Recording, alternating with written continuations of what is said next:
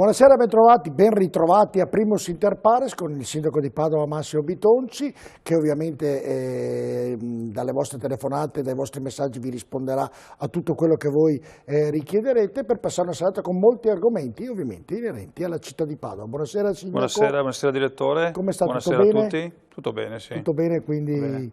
Possiamo, dopo una lunga giornata. Possiamo continuare questa lunga giornata, va bene Massimo? Va bene, allora iniziamo ringraziando la regia ovviamente, passando la parola a Dennis che vi dà i numeri per interagire con noi, per mandare messaggi e ovviamente anche per telefonare. Buonasera Giorgio, buonasera al sindaco Massimo Bitonci e buonasera a tutti i nostri telespettatori. Ai nostri telespettatori ricordo che possono interagire con noi chiamandoci allo 049 80 777 53 oppure mandandoci un sms al 345 334 1171. Ovviamente attenderemo tante domande per il signore, abbiamo tanti argomenti questa sera, iniziamo il primo proprio che è quello più interessante. State facendo un'ordinanza per vietare alle donne con il burqa di entrare nei locali pubblici. Andiamo a vedere il servizio, poi parleremo con Massimo Bitonci. Andiamo a vedere il servizio. Voleva entrare nel complesso dei musei civici eremitani a Padova e visitare la cappella degli Scrovegni. La turista, una donna di religione musulmana coperta dal niqab, del velo che lascia scoperti solo gli occhi, era accompagnata dal marito. Si è avvicinata all'entrata, ma i custodi, supportati dagli agenti della polizia locale, l'hanno bloccata, invitata a scoprire il volto, provvedendo quindi con le pratiche di identificazione. Concluse le stesse, la coppia, stizzita, si è allontanata, rinunciando alla visita. Stop quindi alle donne nei musei, ma anche negli uffici comunali, e allo studio dell'amministrazione padovana un'ordinanza in tal senso che riprenda quanto scritto nel testo unico per la pubblica sicurezza o la legge del 1975 che vieta di girare nei luoghi pubblici con il volto coperto, ripresa tra l'altro nei mesi scorsi anche dalla giunta regionale e applicata agli ospedali e alle USL.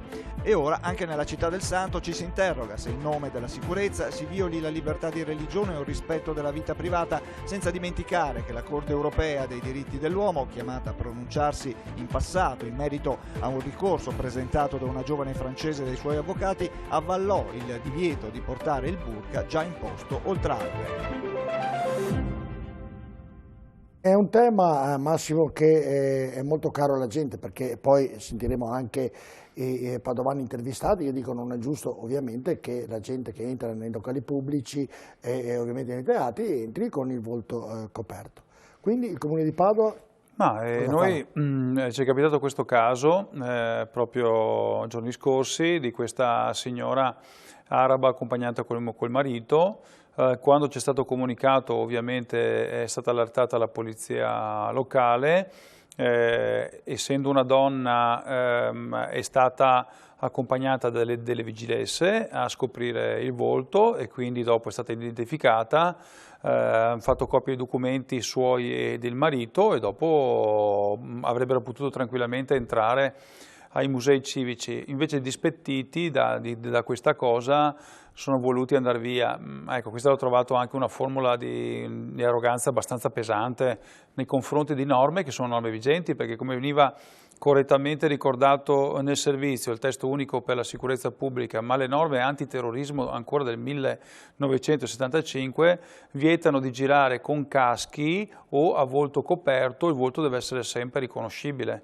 È logico che questa norma viene disapplicata quando succede in giro per le strade che si vedono delle donne con il volto, ma nei luoghi pubblici diventa obbligatoria e chi ci ascolta sa benissimo che Padova è una delle città attenzionate, avendo un turismo importante, un turismo religioso al Santo e Santa Giustina, e quindi sono arrivate dei corpi speciali, abbiamo fatto degli investimenti in sicurezza, quindi non si può assolutamente permettere che si vada all'interno di locali con il volto coperto. È una forma anche di rispetto nei confronti della nostra cultura, perché ne parlavamo giorni scorsi anche con molte persone che mi hanno fermato, anche molte donne, no? Che ovviamente ci danno ragione, dicendo che quando loro, ma anch'io quando sono stato in paesi dove vige la religione islamica, anzi se si va in Arabia Saudita la religione è anche fonte di norme, che è una cosa peraltro stranissima, certo, che è fonte anche normativa e sono vincoli estremamente rigidi. Proprio in quei paesi, per esempio, le donne non possono guidare la macchina. E se noi vogliamo entrare all'interno di alcuni locali come le moschee, bisogna, giustamente, come ho fatto io, ho visto delle moschee e mi sono tolto le scarpe, sono stato in silenzio, ho fatto quello che cosa che mi... perché secondo te, Massimo... Le donne si coprono, certo, si coprono, le donne devono stare dietro, perché le donne non possono mai stare davanti agli uomini, perché devono stare dietro. certo. Ecco, quindi sono tutte ovviamente dei riti anche di carattere religioso, delle credenze che possono tranquillamente rimanere nel luogo dove vive questa gente, però nel momento in cui si spostano in Europa devono capire, o in altri certo, posti del mondo, che le norme sono diverse. Ma perché secondo te, Massimo, l'europeo quando va nei paesi islamici segue le regole di quei paesi e quelli dei paesi islamici che vengono in Europa non le seguono e si arrabbiano? Ma è arroganza, direi. Io l'ho detto l'altro giorno, è una grande arroganza nei confronti della nostra cultura.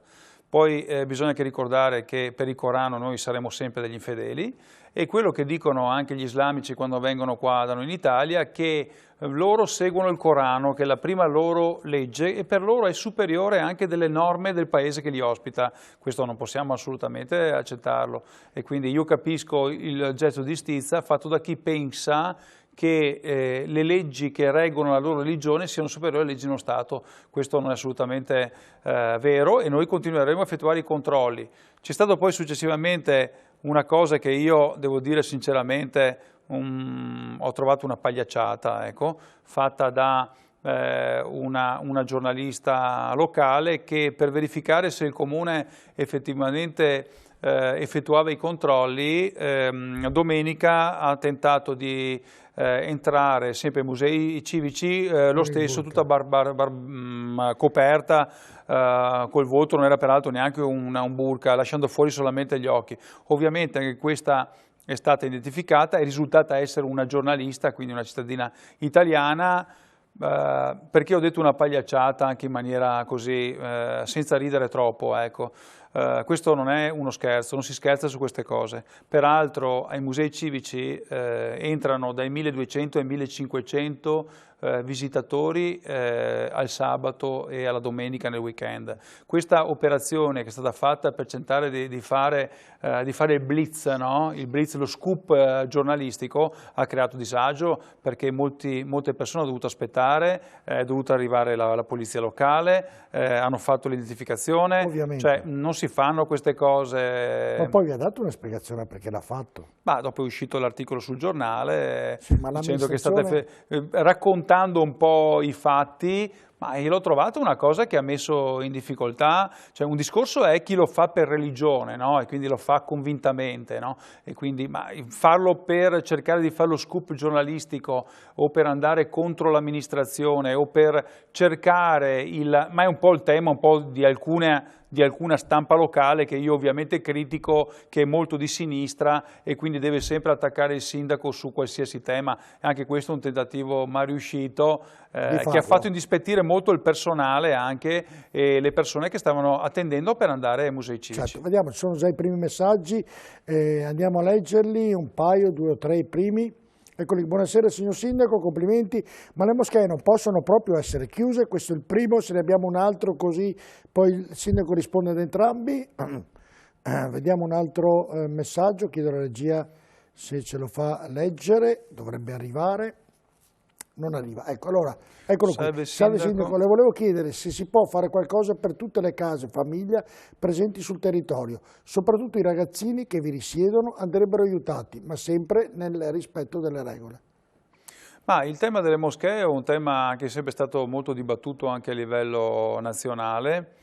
Il problema fondamentale è che alle volte non sono propriamente delle moschee, perché le moschee, come tutti i luoghi di culto, devono andare in zone che nei comuni urbanisticamente sono luoghi di culto, cioè le chiese nei piani regolatori dei comuni e nei piani di interventi sono zone dedicate a luoghi di culto.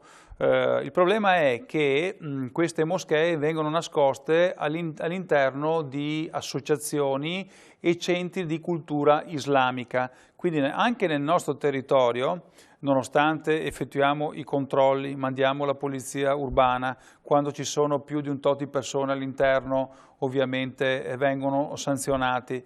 Sono delle associazioni, non sono delle vere e proprie moschee, quindi è difficile anche individuarli e vengono individuati nel momento in cui c'è il Ramadan e quindi quando si aggregano e c'è un grande afflusso, allora ci si accorge che in quel quartiere quell'appartamento o quel luogo viene utilizzato come un luogo di culto, allora là facciamo intervenire la polizia. È appena passato un messaggio. C'è una norma.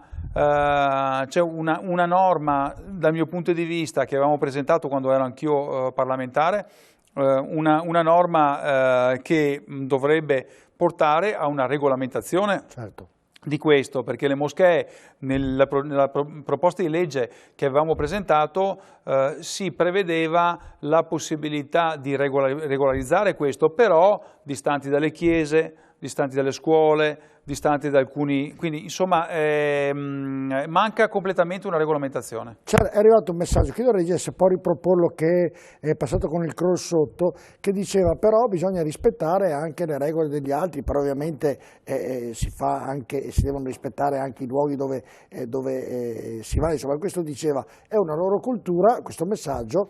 È una loro cultura, però chi anche ci segue o chi è molto pro realizzazione di moschee o centri di cultura islamico, cioè dovrebbe anche... Eccolo qui Massimo, scusa se ti interrompo. Secondo me è giusto rispettare anche le altre religioni e le altre culture. Praticamente questo messaggio. Io lo dico francamente,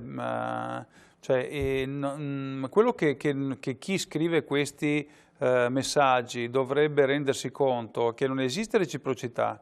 Cioè quello che succede qua da noi non succede negli altri paesi, questa è la realtà. Cioè nel momento in cui ci sarà reciprocità, perché il problema è puramente con la religione musulmana e con l'Islam, perché con le altre religioni presenti in Italia da sempre, parliamo di testimoni di Geova. Quando mai ci sono stati problemi con i testimoni di Geova, se non per il fatto che ti vengono a scampalellare magari sabato mattina o ecco in momenti... Però io ho sempre aperto la porta, ho salutato, gentilissimi, sempre ti lasciano il loro libretto, poi se vuoi parlare parli, se non vuoi parlare fai a meno, però il problema è questo tentativo continuo di prevaricare la nostra cultura c'è da parte degli islamici, come dicevo prima, quindi non è un problema, bisogna rispettare le altre culture, il problema è che loro non rispettano la nostra. Una domanda che va al di là del ragionamento, un giorno verrà che le donne islamiche diranno no, vogliamo che noi essere come gli europei e togliersi il burqa? Ma io infatti mi aspettavo una risposta molto più anche dura e ferma per quello che è successo in questi anni in giro per il mondo contro le donne, da parte del, se esiste ancora, il movimento diciamo così femminista o il movimento diciamo che segue questo tipo di ideali, che molte volte non c'è. Ho letto delle cose imbarazzanti da parte di donne che si sono negli anni spese per la libertà della donna, perché in realtà una donna nella cultura e religione islamica, anche qua quando dico queste cose poi arrivano gli insulti, no? Da parte di donne islamiche, dicono che non è vero, non è vero niente, che dico delle cose perché sono ignorante, quindi ignoro la loro cultura. Ma andate a fare un giro in Arabia Saudita, andate a andare in giro, cioè le donne sono private di diritti che noi abbiamo. Questa è la realtà. Vengono considerate delle persone inferiori. Io non penso che una donna italiana voglia arrivare a quella condizione. Poi è anche vero che ci sono donne italiane che si sono convertite all'Islam. Va bene, ma ci sono donne che hanno scelto di fare anche tante altre cose, insomma non è che... è nella libertà personale, ma non è detto perché si sono convertite all'Islam vuol dire che quella è la condizione migliore per tutte le altre donne, magari per le loro figlie che probabilmente quando diventeranno grandi odieranno la propria madre per averla portata in una cultura di quel tipo medievale. Sicuramente sì. Siamo andati proprio in giornata in centro a Padova, siamo andati a chiedere alla gente cosa ne pensano di queste donne con il burqa, se sono d'accordo oppure no. Sentiamo cosa dicono. Paese che vai si fa le usanze che si trovano. Se adesso noi italiani siamo abituati in un certo modo, non vedo perché vengono qui e vogliono vestirsi o fare cose che qui non sono ammesse. Io penso che sinceramente l'espressione di una religione non sia qualcosa da vietare, secondo me, a patto che non c'è contesto quando ti vogliono imporre un'altra religione rispetto alla tua, ma cioè, le religioni vanno rispettate tutte, a prescindere. Direi che io sarei favorevole a questo, perché bisogna mostrare il viso e basta. Se per loro va bene così, noi tolleriamo. La nostra civiltà non è sempre stata, ma da qualche secolo è una civiltà di tolleranza, quindi noi possiamo anche tollerare la diversità. Quando ci sono delle regole devono essere rispettate. Io sono nato in un paese, io mi ricordo, sono stato in un paese straniero dove dovevo levarmi le scarpe per entrare in chiesa. Io non ho obiettato, mi sono levato le scarpe e sono entrato in chiesa. Questa è una legge nazionale e anche europea. Non mi risulta che in giro per il resto dell'Europa, Francia, Inghilterra o quant'altro, nei luoghi pubblici si possa adire con il burqa. È giusto, dobbiamo essere tutti riconoscibili, rispettando tutti ma rispettando anche le regole. Io direi di sì. Negli uffici pubblici direi di sì. Perché bisogna vedere il viso della persona, insomma, mi sembra molto naturale. Non mi piace particolarmente perché preferisco vedere le persone che ho in faccia, rispetto tantissimo il velo, però il completo no, per me non è giusto. Sì, è giusto, perché uno deve vedere anche il volto dell'altro. Io sono da musulmana, deve mettere il velo, non la burqa. Perché la nostra religione non c'è la burqa, c'è solo il velo, deve la donna essere coperta. No, molto interessante l'ultimo intervento della signora di cultura di religione islamica che, come si è visto, vestiva l'occidentale, peraltro senza neanche il velo in testa, che diceva: nella nostra religione c'è il velo ma non il burqa. Quindi si capisce che questa del burqa fosse anche un'estremizzazione, cioè non è forse così all'interno della loro cultura in alcune zone così utilizzato. In effetti se uno va in Marocco è diverso di andare in Arabia Saudita. Certo. Cioè se uno va in Turchia, ad Istanbul, chi va a Istanbul vede una città occidentale, non una città dove la maggior parte della gente che incontra è di cultura e di religione islamica. Quindi dipende un po' anche da certe zone del pianeta. Devo dire che purtroppo c'è stata una grande sviluppo ovviamente della cultura e religione islamica su paesi che prima non ce l'avevano. Se pensiamo alle Filippine, se pensiamo a alcune zone dell'Africa, quindi il problema è quando questo tipo di radicalizzazione viene esportata in paesi che non avevano in origine quel tipo di cultura. Certo, questo arrivano moltissimi messaggi. Il problema è molto grosso, perché poi quando viene esportato sono i paesi proprio più radicali. Certo. Quelli. Arrivano moltissimi messaggi, Massimo, andiamo a leggere un altro paio, così poi li commentiamo. Le regole sono regole. Se le moschee sono luoghi di culto, devono essere regolate dalle norme sui luoghi di culto. Altrimenti cosa sono? Ragazzi che fanno festa, allora devono pagare la SIAE sulla musica che mettono. Andiamo a leggere il secondo, perché le regole, giustamente come diceva questo messaggio, sul tram ogni tanto vedo una giovane che è completamente coperta da un pesante velo, che le scopre solo gli occhi. Nessuno ne dice niente. Se è vietato nei musei, perché non è vietato nei mezzi pubblici? Grazie, Zena. Perché il problema è anche il controllo, nel senso che bisognerebbe effettuare dei controlli, e allora magari se queste persone incontrano degli agenti di polizia municipale o dei carabinieri, così possono magari effettuare un controllo. Poi c'è il tema delicato, e lo trovo anche serio, insomma, che a una donna i controlli possono essere effettuati da un'altra donna, quindi certo. bisogna sempre chiamare un agente che sia, e penso che questo sia giusto e rispettoso della condizione femminile. Mentre per quanto riguarda la prima, che bisogna rispettare le regole perché altrimenti dovrebbero... Ma l'abbiamo detto prima che questo governo dovrebbe prendersi la briga, come su altri temi, come sul tema della prostituzione per esempio, che invece di nascondere la testa sotto la sabbia e far finta che il problema non esista, che il problema invece esiste, dovrebbe anche sulle moschee normare e fare delle norme per regolamentare e quindi per trovare delle soluzioni. Invece non lo fa perché siccome è un tema delicato, spinoso... quando tocchi le religioni... nessuno vuole prendersi la briga di dire no, in queste situazioni non si può fare, in altre situazioni si può fare. Ma il rapporto su questo argomento con la Curia, se ne avete parlato con il Vescovo di questi episodi, insomma, delle ragazze col burka, loro come la vedono? Io ne ho parlato con il Vescovo precedente, con il Vescovo Mattiazzo. Le volte che ci siamo visti abbiamo parlato anche di questo tema e abbiamo parlato di una cosa molto delicata che lui mi ha raccontato, ovviamente non dirò i particolari, perché sono cose ovviamente personali, private. Mi ha parlato della conversione di donne, cioè la conversione di donne islamiche alla cristianità e quindi al cattolicesimo, che questa è una cosa che succede e succede spesso, però succede in silenzio, mi ha raccontato, succede in silenzio.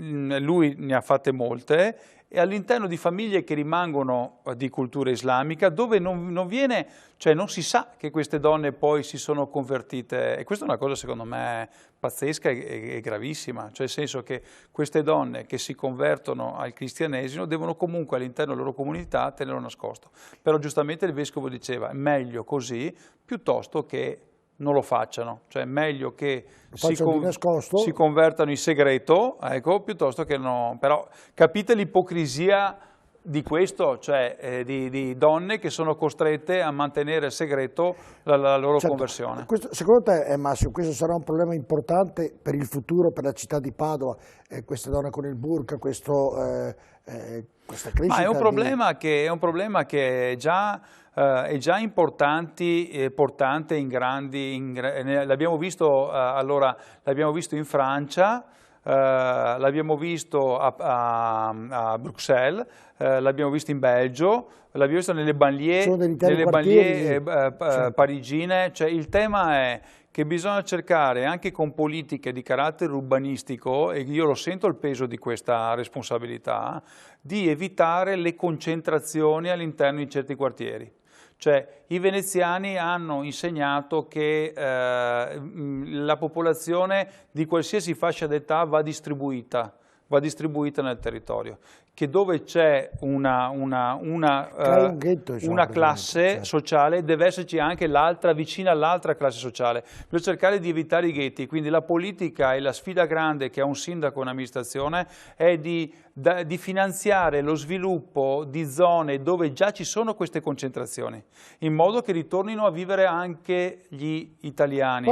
Allora, il lavoro che noi stiamo facendo, faccio un esempio e dopo chiudo, il lavoro che stiamo facendo sull'Arcella, dove, non nascondiamoci dietro un dito, la più alta concentrazione di stranieri ce l'abbiamo all'Arcella, mentre la media padovana è il 15,2%, all'Arcella abbiamo superato il 30% in un quartiere che è il quartiere più popoloso di Padova. Noi gli investimenti maggiori, adesso apriamo a brevissimo una stazione della polizia locale con 50 agenti, stiamo investendo 1,8 milioni per la sistemazione del Cobacchini, perché lo sport è fondamentale. Avremmo potuto dire va bene, il Cobacchini non va bene, portiamo l'atletica da un'altra parte, portiamo il Leganeo, portiamolo da un'altra parte, ci sono delle piste atletiche. Invece abbiamo voluto in quel quartiere investire, stiamo lavorando per acquistare l'ex CONI, per fare un centro civico, stiamo valutando se è possibile riprendere in mano la riprogettazione del centro dell'Arcella, perché io penso che nei quartieri più degradati bisogna investire di più, perché facendo così tu porti e dai quell'impulso urbanistico che porta la città a non creare il ghetto proprio direttamente nel Dunque la zona di Padova che ti preoccupa di più per questo ragionamento? Anche altre, ho fatto un esempio specifico perché anche a Mortise ci sono alcune situazioni che vanno gestite, perché magari ci sono molte case del comune, molte case dell'Ater, e quindi ci sono magari delle concentrazioni, almeno in passato, per quanto riguarda l'assegnazione a popolazione straniera. Però devo dire che in tutta la città la concentrazione maggiore è proprio l'Arcella. E quindi ci sono maggior controlli in quel quartiere importante di Padova? Maggior controllo perché, come dicevo prima, noi portiamo 50 agenti della polizia municipale fissi in una stazione che abbiamo affittato, che è un 100 metri da Piazza d'Azzurri d'Italia, l'ex sede di una banca che abbiamo affittato, è molto ampia e spaziosa, e quella sarà la sede della polizia urbana dell'Arcella, ma saranno sempre là gli agenti, non saranno più agenti... Senti, ma ritornando poi, ovviamente cambieremo argomento, visto che stiamo parlando del tema di stranieri. Poco tempo fa, la settimana scorsa, il prefetto ha espulso 5 stranieri perché si comportavano male, e questi 5 stranieri vivono nella città, prima avevano un luogo dove andare, adesso dove sono andati questi? La colpa principale è delle norme. Perché ovviamente dopo io capisco anche se ho sempre criticato la scelta del prefetto sulla questione per esempio del Prandina o su altre questioni, però io capisco anche il tema delle forze dell'ordine che non hanno gli strumenti giuridici poi, perché una volta anche se li prendono e se combinano qualcosa magari dopo 24 ore sono fuori. Il tema è delicatissimo, perché come possono dei profughi che non hanno avuto ancora riconoscimento e quindi sono praticamente dei clandestini, non essere sotto tutela ma essere in giro per la strada? Ci sono delle forme che io non riesco a capire come il governo possa continuare a non capire che bisogna bloccare. Adesso. Questi vivono a Padova e non si sa dove praticamente. Non si sa dove, ma adesso non stupiamoci, quante migliaia sono arrivati e noi lo sappiamo benissimo, dovevano andare presso una struttura, hanno dormito 2 notti presso la struttura, e dopo, io mi ricordo una telefonata dell'anno scorso dei padri mercendari su un tema che gli avevano portato là la mattina, hanno fatto la doccia, gli hanno dato da mangiare e la sera erano già scappati, perché alla fine sappiamo che il tema è proprio quello, cioè, ma la maggior parte di questi peraltro non vogliono neppure rimanere in Italia, vogliono andare verso la Germania, verso la Francia, verso l'Inghilterra, verso i paesi del nord. Il problema è che adesso, bloccando le frontiere, il problema diventa un problema tipicamente e puramente italiano. Ma questi che ne stiamo parlando, Massimo Bitonci, che vivono a Padova o che sono a Padova o che si nascondono a Padova, mettiamola come vogliamo, sono monitorati, sono controllati, si possono identificare dove sono andati, cosa fanno, sono un pericolo per la città. Ma guardate che io lo voglio dire chiaramente a chi ci sta seguendo questa sera, il sindaco di Padova, che è responsabile anche della sicurezza dei cittadini attraverso il Comitato della Sicurezza Pubblica e attraverso la Polizia Locale, non viene minimamente informato di cosa arriva delle destinazioni, ecco, perché il Ministero dell'Interno con i sindaci si comporta così. Questo è quello che sta succedendo, cioè il Ministero dell'Interno tiene nascosto quello che succede nel territorio e magari affittano l'albergo, prendono delle case, ma in realtà poi il sindaco non ha una localizzazione di dove sono locati all'interno della propria città. Questa è una cosa... Però Massimo, poi la gente se la prende col sindaco non sapendo. Certamente, tanti non ma noi riusciamo ad arrivare a questo mediante poi le segnalazioni delle persone che ci vengono a dire è stato affittato quell'alloggio e all'interno ci sono 6-7 persone, allora magari mandiamo qualcuno a controllare e facciamo una verifica effettivamente com'è la situazione. E tanta gente non sa che i controlli dovrebbero, anzi sono fatti dalla polizia, dai carabinieri, dalla Guardia di Finanza e non dal comune, allora credo che sia tutta la responsabilità. Noi abbiamo in questi 20 mesi abbiamo effettuato centinaia di controlli di abitazioni, cose che effettivamente non c'era prima. Abbiamo creato un nucleo che effettua, una volta non si faceva, le verifiche degli alloggi, le verifiche dei ricongiungimenti. Abbiamo pubblicato nei giornali i risultati perché i padovani devono sapere che ogni volta che viene fatta una verifica di un alloggio, nel quasi il 50% dei casi quell'alloggio ha delle problematiche. Certo. Questa è la realtà e quindi in una buonissima parte dei casi non viene neppure data l'autorizzazione e quindi l'agibilità e anche l'autorizzazione che serve poi per il congiungimento degli stranieri, quindi noi è un'operazione che abbiamo cominciato negli ultimi mesi e che prima non veniva effettuata, quindi tanti sono arrivati diciamo senza nessun tipo di controllo. Andiamo a vedere ancora messaggi, ne arrivano moltissimi, Massimo andiamo a leggerne un paio ancora.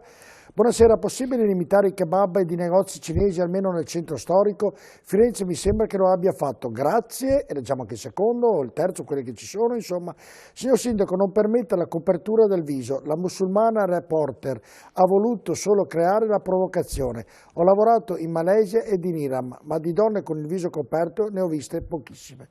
Allora, e come dicevo c'è paese e paese, no? Certo, invece la prima... la prima era... La prima andiamo a rieleggere, così scusate, chiedo la regia, così... Pensando alla seconda mi sono dimenticato. Sì, qui. I kebab. Sì, Firenze. Cinesi. No, l'ho seguita molto con attenzione proprio, perché allora, quando io ho fatto quelle ordinanze per la limitazione delle aperture dei kebab in zona stazione, in una zona estremamente delimitata, legata al tema della sicurezza, sono arrivati di quegli strali da parte soprattutto della sinistra padovana, perché ovviamente chi abitava in quella zona era più che d'accordo con il sindaco, anche perché in questi locali ovviamente certo. Sia prima che dopo, che dentro che fuori, così erano frequentati da spacciatori, comunque gente che aveva precedenti penali e anzi effettuava anche lo spaccio di stupefacenti. Quando l'ha fatto il sindaco di Firenze del PD, Nardella, mamma mia, hanno fatto una serata in prima serata nazionale con Nardella che ha spiegato a tutti quanto a Firenze è importante che non si vendano cibi etnici e che bisogna vendere cibi fiorentini e che non bisogna assolutamente aprire i kebab e così. Allora, se lo dice un sindaco di sinistra, siamo in par condicio, va bene, no? Se lo dice Bitonci che è della Lega, non va bene. In realtà questo fa capire che i problemi delle amministrazioni locali sono uguali in tutte le amministrazioni di qualsiasi colore politico. Certo. E certe volte la demagogia di non voler affrontare i problemi che sono affrontabili come sta affrontando adesso Nardella a Firenze. Perché io capisco che quando avranno visto Nardella che diceva queste cose in TV, molti ideologizzati, no, avranno detto ma cosa sta dicendo sto sindaco? Mi sembra un sindaco della Lega, ma in realtà Nardella stava dicendo delle cose giuste. Nei centri storici, come si fa anche in altre... è importante cercare di incentivare quelli che sono i prodotti tipici locali, perché bisogna vendere, il kebab si può vendere per carità dappertutto, ma in certi centri, no, particolarmente belli come Padova e come anche Firenze, non capisco perché bisogna fare in modo che ci siano tutti questi negozi etnici. Ho visto però che lui l'ha regolamentato arrivando dopo a Padova, perché noi abbiamo fatto certo. ovviamente già delle ordinanze su questo. Nel riprendere Massimo il primo messaggio, c'è da notare che mentre i cinesi che arrivano in Italia si muovono molto discreti, magari fanno, non lo so, più danni, gli altri sono più ruenti, magari fanno meno danni dei cinesi. È così? Oppure la popolazione cinese a Padova come è arrivata e come sta lavorando sul territorio padovano? Ma ovviamente questa è una questione anche molto, capiamo, molto culturale. E si capisce da questo come si muovono certe popolazioni rispetto ad altre, per dire che non sono poi tutti uguali. I cinesi hanno sempre operato in questo modo, si fanno vedere poco in giro, sono molto chiusi nella loro comunità, si integrano pochissimo, perché uno dei chiede, problemi... Scusa Massimo, se tu vai in ospedale, vedi l'africano, vedi il marocchino che viene ricoverato, che i cinesi li vedi pochissimo, ma si ammaleranno anche loro, io tocco ferro che non so mai si ammaleranno anche loro, dopo c'è questa favoletta di dire ma non muore mai nessun cinese perché non si vede mai, però questo ovviamente sono favolette, ma io l'ho toccato con mano non solo adesso ma anche tanti anni fa, perché adesso il fenomeno è diventato un fenomeno, diciamo, importante, però ricordiamoci anche 10, 15, 20 anni fa, in alcune zone del nostro territorio, quando ancora tirava il tessile, cioè quando ancora il tessile funzionava e c'era un grande sviluppo in quel settore, che attorno alle aziende più importanti, faccio un esempio la Benetton, oppure Franco Rosso, oppure anche Renzo Rosso, oppure anche altre, la Marzotto, e che attorno a queste realtà c'erano tutta una serie di piccole realtà, di laboratori in capannoni fatiscenti. Io ho visto perché sono andato a fare le verifiche assieme a carabinieri, polizia, guardia di finanza, interprete, perché bisognava sempre interprete pagato dal comune, ecco, e sono andato a vedere in che condizioni vivevano all'interno di quei laboratori, cioè al piano sotto c'erano le macchine da cucire, va bene? Al piano sopra c'erano i letti in cameroni, divisi tante volte solamente da cartoni, dove mentre la gente lavorava di giorno c'era sopra i letti occupati da chi dormiva e dopo si davano i turni, mangiavano in condizioni che neanche gli animali, cioè noi non possiamo permettere che questi vengano da noi a lavorare in condizioni che non ci sono nemmeno in Cina, questa è la realtà. Però il mondo è cambiato, perché quello era il mondo dei laboratori che è finito, quel mondo là. Adesso c'è il mondo del commercio, di tutto quello che arriva ovviamente dalla Cina e che viene smistato da noi in questi grandi magazzini, che poi non sono in realtà delle grandi strutture commerciali, sono magari strutture commerciali che hanno dei singoli box, dove una cosa che io sto contestando e che vedrete che alla fine arriveremo alla fine di questa contestazione col China Ingross, cioè quello non è una grande struttura di vendita e quindi non potrebbe l'utente privato andare all'interno e comprarsi il singolo telefonino, la batteria o l'utensile che gli serve, ma invece questo succede, cioè all'interno vanno dei privati a comprarsi delle cose come fosse una grande struttura commerciale. Loro potrebbero solo vendere all'ingrosso. In realtà sono stati tutti frazionati in piccole sezioni e in piccoli luoghi dove c'è dentro una partita IVA, quindi sono centinaia di singoli soggetti che vendono come fosse un centro commerciale, in realtà dovrebbe essere un magazzino all'ingrosso. Quindi un tema che va sicuramente affrontato, l'abbiamo affrontato più volte con la Guardia di Finanza e continua ad andare dentro a fare controlli, con la Polizia Urbana, con l'Ufficio Commercio e con tutti arriveremo a fare un provvedimento che ovviamente giuridicamente è sopportato, perché questi hanno tanti avvocati se non di più di quelli che abbiamo noi, quindi il problema di chiudere un'attività e che ti puoi trovare dopo anche i ricorsi al TAR che gli danno ragione, oppure se non anche la responsabilità dell'amministrazione che effettua la chiusura o la sanzione, quindi noi ovviamente dobbiamo fare dei provvedimenti che siano giuridicamente sostenuti. Va bene, allora andiamo in pubblicità, Massimo, poi rientro, parleremo della Movida, delle slot machine, di tanti altri argomenti molto interessanti. Voi potete continuare a mandare messaggi, potete anche telefonare per fare domande al sindaco Massimo Bitonci, tra poco.